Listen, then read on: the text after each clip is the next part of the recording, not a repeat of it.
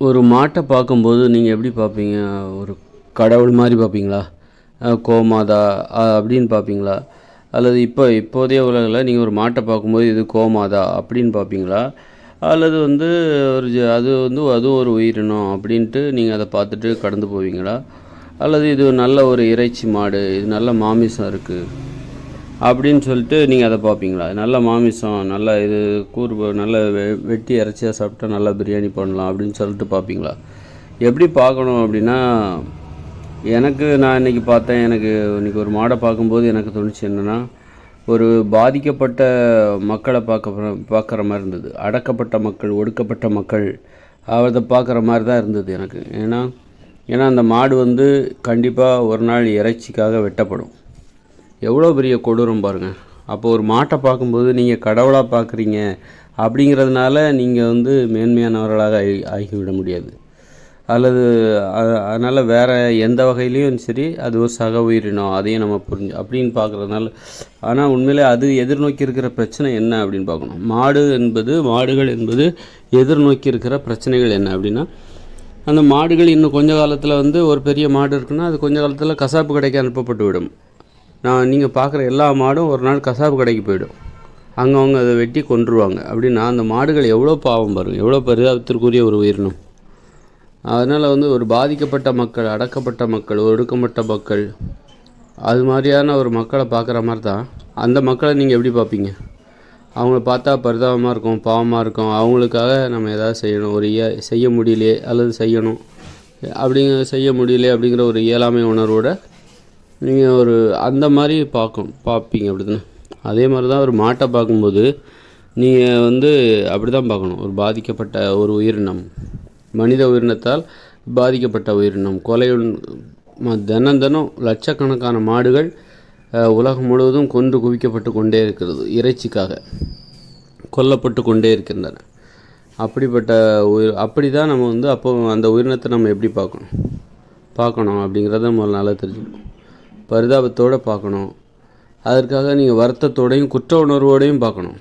நம்ம அந்த மாட்டு இனத்தை நம்மளால் பாதுகாக்க முடியலையே அப்படிங்கிற ஒரு குற்ற உணர்ச்சியோடையும் நீங்கள் பார்க்கணும். பரிதாபத்தோடும் பார்க்கணும், பாவத்தோடு பார்க்கணும். மற்றபடி நீங்கள் அதை கோமாதாவை பார்க்குறீங்க, அதனால் அந்த மாட்டுக்கு என்ன ஆகிடப்போகுது? நீங்கள் ஒன்றும் ஆகிட போகிறதில்ல. வேணால் ஒரு வேளைக்கு ஏதாவது வாழைப்பழம் எதாவது இருந்தால் கொடுப்பீங்க, புல் எதாவது இருந்தால் கொடுப்பீங்க, அவ்வளோதான். மற்றபடி கண்டிப்பாக அது என்றைக்காக ஒரு நாள் கசாப்பு கடைக்கு போகுது. அதை வெட்டி மனித உயிரினம் சாப்பிட போகத்தான் போகுது. அதனால் வந்து எவ்வளோ பெரிய ஒரு கொடூரமான பாதிப்பை எதிர்நோக்கி அந்த உயிரினங்கள் இன்று வாழ்ந்து கொண்டு இருக்கின்றன பார்க்கும்போது ரொம்ப கொடூரமானது அதெல்லாம். அது மாதிரி ஆடுகளும் அப்படித்தான், மாடுகளும் அப்படித்தான், ஆடுகள் எல்லாமே அப்படித்தான், கோழிகள் கூட அப்படித்தான். ஒரு தூக்கு தண்டனை கைதியை பார்த்தா எப்படி இருக்கும்? இன்னும் ஒரு மாதத்தில் அவர் தூக்கிலிட போகிறார் அப்படின்னு பார்த்தா, அப்படி ஒருத்தர் வந்து ஒரு வாழ்நாளை கடந்து போகிறாரு, இன்னொரு மாதத்தில் வந்து நம்மளை தூக்கில் போட்டுருவாங்க அல்லது அவரை வந்து தூக்கில் போட்டுருவாங்க அப்படின்னு சொல்லிட்டு ஒருத்தர் நம்ம பார்த்தா எப்படி இருக்கும்? அந்த நாட்கள் நம்மளை இன்னும் ஒரு மாதம் கழிச்சு நம்மளை தூக்கில் போட்டுருவாங்க அப்படின்னா அவர் அந்த ஒரு மாதத்தை எப்படி கடந்து போவார்?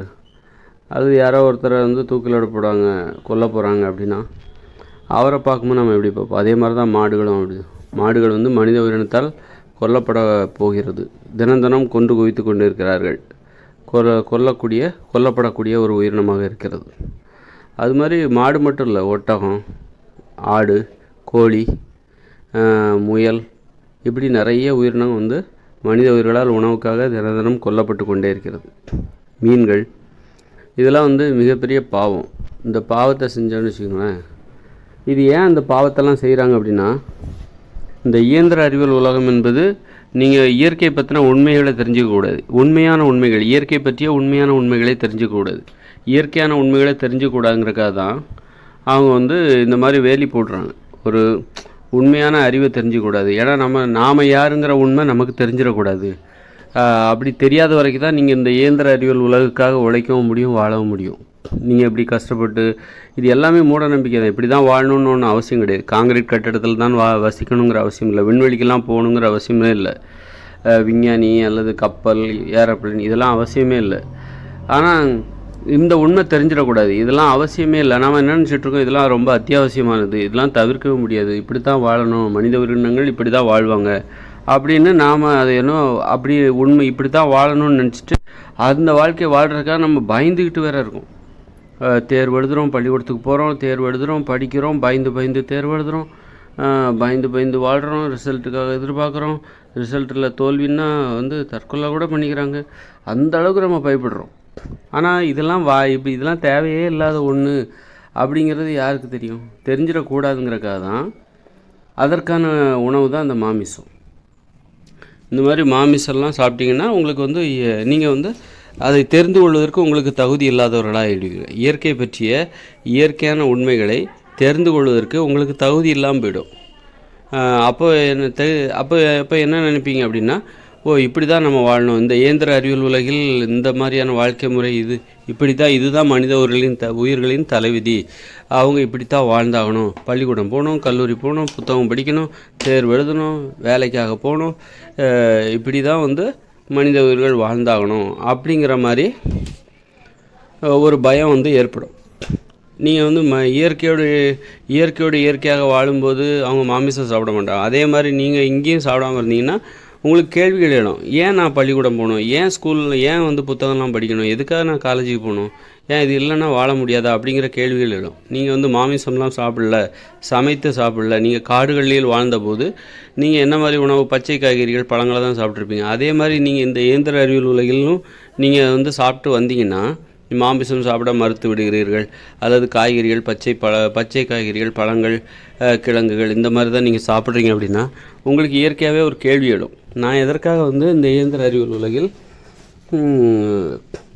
அறிவியல் உலகில் நான் வாழ வேண்டும், எதற்காக நான் பள்ளிக்கூடம் போக வேண்டும், எதற்காக புத்தகம் படிக்க வேண்டும், எதற்காக நான் கல்லூரி போகணும், எதற்காக இப்படி ஒரு வாழ்க்கையை நான் வாழ வேண்டும், எதற்காக காங்கிரீட் கட்டடத்தில் வசிக்க வேண்டும் அப்படிங்கிற கேள்வியெல்லாம் எழுந்துடும். அப்படி எழுந்துருச்சுனாலே இந்த இயந்திர அறிவியல் உலகம் ஆட்டம் கண்டுவிடும்.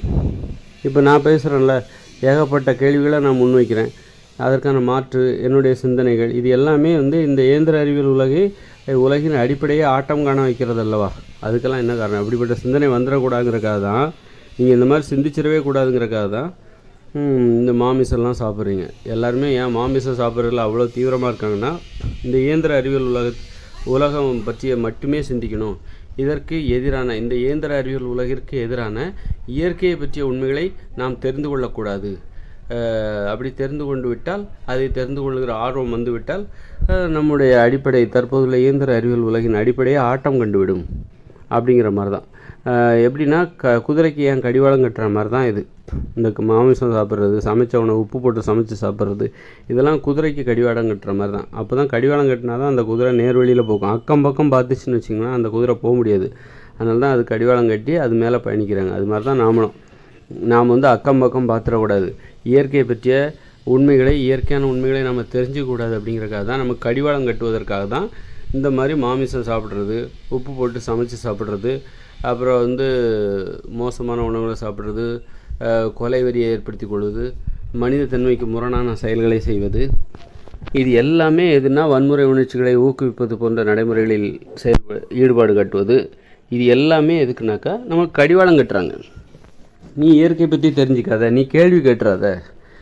ஏன் நான் காங்கிரீட் கட்டடத்தை தான் வசிக்கணுமா, என்னால் குடிசையில் வசிக்க முடியாதா, ஏன் பள்ளிக்கூடத்துக்கெல்லாம் போய் தான் நான் வாழணுமா, ஏன் பள்ளிக்கூடத்துக்கு போகாமல் இங்கே மனித உயிரினத்தால் வாழவே முடியாதா, எதுக்கு இவ்வளோ கஷ்டம், நான் ஏன் ஒரு தொழிற்சாலையில் இன்னொருத்தருக்கு நான் ஏன் அடிமையாக வேலை செய்யணும், இந்த மாதிரி கேள்வியெல்லாம் கேட்டுறக்கூடாதுங்கிறக்காக தான், அந்த கேள்வி அடிப்படையில் உனது மூளையில் தோன்றிவிடக்கூடாது என்பதற்காகத்தான் அந்த மூளையின் செயல்பாட்டையே மாற்றி அமைக்கிற உணவு முறை தான் அந்த மாமிச உணவுகள், மீன்களெல்லாம் நீங்கள் சாப்பிடும்போது உங்களுக்கு அந்த இயற்கையை பற்றின உண்மைகளை நீங்கள் தெரிஞ்சிக்க முடியாது. இயற்கையை பற்றிய இயற்கையான உண்மைகளை, எளிமையான உண்மைகளை, பாதுகாப்பான உண்மைகளை நீங்கள் தெரிஞ்சிக்க முடியாது.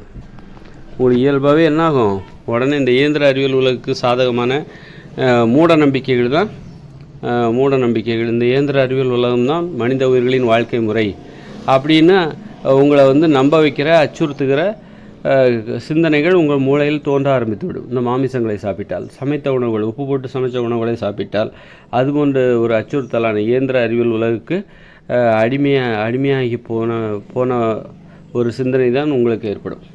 இது கடிவாளம் கட்டுறதுக்காக தான் இந்த மாதிரி உணவுகள்லாம். அதனால் உணவு முறையை மாற்றிட்டாலே உங்கள் சிந்தனை மாற ஆரம்பிச்சிடும். நீங்கள் பச்சை காய்கறிகள் மாமிசம் சாப்பிட மாட்டீங்க, மாமிசம் சாப்பிடல, அப்புறம் பச்சை காய்கறிகள் தான் சாப்பிட்றீங்க, பழங்களை தான் சாப்பிட்றீங்க, பயிர் வகைகளே சாப்பிட்றீங்க, கிழங்குகளே சாப்பிட்றீங்கன்னு வச்சுங்க. உடனே உங்களுக்கு கேள்வி எழுத ஆரம்பிச்சிடும். அப்போ ஏன் நம்ம இதை சாப்பிட்றோம், அப்புறம் ஏன் நம்ம சமைச்சு சாப்பிட்றோம், அப்புறம் ஏன் நம்ம மாமிசம் சாப்பிட்றோம், அப்போது இப்போ நான் ஏன் இப்படி தான் சாப்பிட முடியுதே, ஏன் மாமிசம் சாப்பிடாம தான் நம்மளால் வாழ முடியுது, அப்புறம் எதுக்கு மாமிசம் சாப்பிட்றோம், அப்புறம் எதுக்கு லட்சக்கணக்கான ஆடு மாடுகளை கொலை பண்ணிகிட்ருக்கோம் டெய்லி, அப்படிங்கிற கேள்விகள்லாம் எழ ஆரம்பிச்சிடும். அந்த கேள்விகள் எழக்கூடாது அப்படிங்கிறக்காக தான், அந்த கேள்விகள் உங்கள் மனதில் தோன்றக்கூடாது என்பதற்காகத்தான் நீங்கள் என்ன பண்ணுறீங்க, மாமிசம் சாப்பிட்டுட்ருக்கீங்க, மாமிசம் சாப்பிட்றீங்க, சமைச்ச உணவுகளை சாப்பிட்டுட்ருக்கீங்க. அதுக்கு அவங்கள அடிமைப்படுத்துகிறாங்க. அது நீங்கள் என்ன நினச்சிருக்கீங்க, என்னால் கவிச்சு சாப்பிடாமல் இருக்க முடியாது, என்னால் மாமிசம் சாப்பிடாமல் இருக்க முடியாது, மீன் சாப்பிடாமல் இருக்க முடியாது. உடனே அப்போ இருக்க முடியாதுங்கும்போது மீனை சாப்பிடாமல் இருக்க முடியாதுங்கிறதுக்கு நிறைய பொய்கள். அதில் ஆன்டி ஆக்சிடென்ட்ஸ் இருக்குது, அவ்வளோ வைட்டமின்ஸ் இருக்குது, கண்ணு நல்லா தெரியும், அது நல்லா தெரியும், மட்டனில் அது இருக்குது, பீஃப் சாப்பிட்டா இதுக்கு நல்லது, ஆட்டு இறைச்சி சாப்பிட்டா அதுக்கு நல்லது, குடல் கறி சாப்பிட்டா குடலுக்கு நல்லது அப்படின்னு வேற நிறைய சொல்ல இப்படி தான் நம்ம அதுக்கெல்லாம் அடிமையாகிறோம். எதுக்கு, இந்த மாமிசம் உண்பதற்கு நாம் எப்படி அடிமையாகிறோன்னா, அது வெறும் சுவையினால் மட்டும் இல்லை, அது உடம்புக்கு நல்லது, அது இதுக்கு நல்லது, கல்லீரலுக்கு நல்லது. சோரொட்டி சாப்பிட்டாக்கா, அந்த ஆட்டோட சோரொட்டி சாப்பிட்டாக்கா நல்லா ரத்தம் ஊறும். வாரத்தில் ஒன்று வாங்கி சாப்பிட்றணும், அதை வறுத்து சாப்பிட்றணும். குடல் கறி சாப்பிட்டா அதுக்கு நல்லது, இதுக்கு நல்லது. ஆட்டோட மூளையை வாங்கி ஃப்ரை பண்ணி சாப்பிட்டாக்கா மூளைக்கு நல்லது. இப்படி தான் நம்மளை அடிமைப்படுத்துகிறாங்க. அதுக்கு நல்லது, இதுக்கு நல்லது அப்படின்னு சொல்லிட்டு இப்படி தான் நம்ம அதுக்கு அடிமையாகிறோம். அது இல்லைன்னா நம்ம நமது உடம்பு வீணாக போயிடும், ஆரோக்கியம் இல்லாமல் போயிடும், ஊட்டச்சத்து கிடைக்காம போயிடும் அப்படின்னு சொல்லிட்டு நம்மளை நம்ப வைக்கிறாங்க. உண்மையிலே அப்போ நம்ம என்ன பண்ணணும் அப்படின்னா, இந்த மாதிரி மாமிசத்தெல்லாம் சாப்பிடாம பச்சை காய்கறிகள், பழங்கள், அப்புறம் கிழங்குகள், வேக வைக்கப்பட்ட கிழங்கு அல்லது பச்சை கிழங்கு, பயிர் வகைகள், பருப்பு வகைகள் இப்படி சாப்பிடும்போது, இப்படி சாப்பிட்டே பழகும்போது, இப்படி சாப்பிட்டே பல வருடங்கள் வாழும்போது இயல்பாக நமக்கு ஒரு கேள்வி வரும். அப்புறம் அந்த மக்கள் மாமிசம் சாப்பிட்றாங்க, அப்புறம் அந்த மக்கள் மீனெல்லாம் வாங்கி சாப்பிட்றாங்க, எதுக்கு இவ்வளோ உயிர்களை கொலை பண்ணுறாங்க டெய்லி, அதெல்லாம் சாப்பிடாமல் இருக்கலாமே, அந்த உயிரினங்கள் பாதுகாப்பாக வாழுமே அப்படிங்கிற கேள்விகள்லாம் நமக்கு எழ ஆரம்பிச்சிடும். அப்புறம் இந்த காங்கிரீட் கட்டடம் இதெல்லாம் ஏன் வாழணும், இப்படி எதுக்கு வாழணும், இந்த இயந்திர அறிவியல் உலகில் இவ்வளோ அவதிப்பட்டு கொண்டு அன்பு பாசம் எதுவும் இல்லாமல் எல்லாரும் காங்கிரீட் கட்டடங்களில் தனிமையில் வசிக்கிறார்களே, ஒரு குடும்பமாக மகிழ்ச்சியாக வாழ முடியல, இப்படியெல்லாம் ஏன் வாழணும், இப்படி வாழணும்னா நம்மளால் வாழ முடியாது, அப்போ எப்படி வாழ்ந்தால் மகிழ்ச்சியாக வாழ்வோம் அப்படிங்கிற கேள்விகளும் சிந்தனைகளும் நமக்கு எழ ஆரம்பிச்சிடும். அப்படி எழக்கூடாது, அப்படி எழுந்தால் இந்த இயந்திர அறிவியல் உலகின் அடிப்படையை ஆட்டம் கண்டுவிடும் என்பதற்காகத்தான், நமக்கு கடிவாளம் கட்ட வேண்டும் என்பதற்காகத்தான் மக்கள் அவங்க எல்லாத்தையும் திட்டமிட்டே இந்த வேலையெல்லாம் செய்கிறாங்க. என்னென்னா, இந்த மாமிச உணவு திங்கிறது இது எல்லாமே ஒரு திட்டமிட்ட ஒரு சதி. நம்மை நமது மூளை சலவை செய்வதற்காகத்தான் இந்த மாதிரி உணவுகளை நம்ம ரொம்ப ஆர்வமும் வெறி கொண்டும் நம்ம சாப்பிட்றோம். ஏன்னா அப்போ தான் நம்ம சாப்பிட்ற வரைக்கும் தான் நம்ம இந்த இயந்திர அறிவியல் உலகில் கடினமாக உழைப்போம். இந்த இயந்திர அறிவியல் உலகில் ரொம்ப ஆர்வத்தோடு இருப்போம், வெறுப்போடு பார்க்க மாட்டோம், மேலும் மேலும் ஆசையோடு பார்ப்போம், மேலும் மேலும் உங்களுக்கு வசதி வேணுங்கிற அந்த நினைப்பு வரும். அப்படி இல்லை, நீங்கள் இதற்கு எதிராக சிந்திக்க ஆரம்பிச்சிட்டிங்கன்னா, இது உண்மையிலே நீங்கள் இது நல்லது நினச்சது எல்லாமே பொய், இந்த இயந்திர அறிவியல் உலகம் உங்களுக்கு நல்லது செய்துன்னு நீங்கள் நினச்சது எல்லாமே பொய், இது எல்லாமே தீங்கு நிறைந்தது, காங்கிரீட் கட்டிடங்களில் வசிப்பது உண்மையிலே உடல் ஆரோக்கியத்திற்கு எதிரானது, மாமிசம் உண்பது உடல் ஆரோக்கியத்திற்கு எதிரானது, ஒரு சுய சிந்தனையை தடுத்துவிடும், இயற்கையை பற்றிய இயற்கையான மென்மையான உண்மைகளை நாம் சிந்திக்க முடியாது, யோசிக்க முடியாது அப்படின்னு சொல்லிட்டு இப்படி எல்லா உண்மைகளும் தெரிய வரும்போது நமக்கு இந்த இயந்திர அறிவியல் உலகமே ஆட்டம் கண்டுவிடும். நமக்கு இது நிறைய கேள்வி, இது அர்த்தமில்லாத ஒன்றாக தோன்றிவிடும். இதற்கு ஒரு அதிக காலம் இது உயிரோடு வாழாது, இதற்கு ஆயுட்காலம் மிகவும் குறைவு, அதன் பிறகு வரப்போகிற இயற்கையோடு இணைந்த மனித வாழ்க்கையை பற்றி நாம் கண்டுகொள்வோம். அதனால் நம்ம கடிவாளம் கட்டுறதுக்காக தான் நம்ம ஒரு இயற்கையை பற்றி, இயற்கையான வாழ்க்கையை பற்றி, மென்மையான பாதுகாப்பான வாழ்க்கையை பற்றி நாம் சிந்திச்சிடக்கூடாது அப்படிங்கிறக்காக தான். சிந்திச்சிட்டா நம்ம குடிசையில் வாழ வேண்டியிருக்கும், இந்த காங்கிரீட் கட்டடங்கள்லாம் விட்டுட்டு நம்ம குடிசையில் வாழ வேண்டியிருக்கும், விவசாயம் செய்ய வேண்டியிருக்கும், நிலத்தில் இறங்கி விவசாயம் செய்ய வேண்டியிருக்கும், காடுகளில் வாழ வேண்டியிருக்கும், நாம் திட்டமிட்டு உருவாக்கிய காடுகளிலேயே நாம் வாழ வேண்டியிருக்கும். அதனால தான் இதை பற்றி சிந்திக்கக்கூடாது அப்படிங்கிறக்காக தான் மாமிசம் சாப்பிட்டு அந்த சிந்தனையை மூளையிலிருந்தே தடுத்து விடுகிறார்கள். மாமிசம் சாப்பிடாமல் இருந்தால் தான் உங்களுக்கு அந்த சிந்தனை வரும். இயற்கையான சிந்தனை என்பது மாமிசம் சாப்பிடாத போது தான் வரும். உப்பு போட்டு சமைக்காத உணவுகளை சாப்பிடாத போது தான் அது வரும்.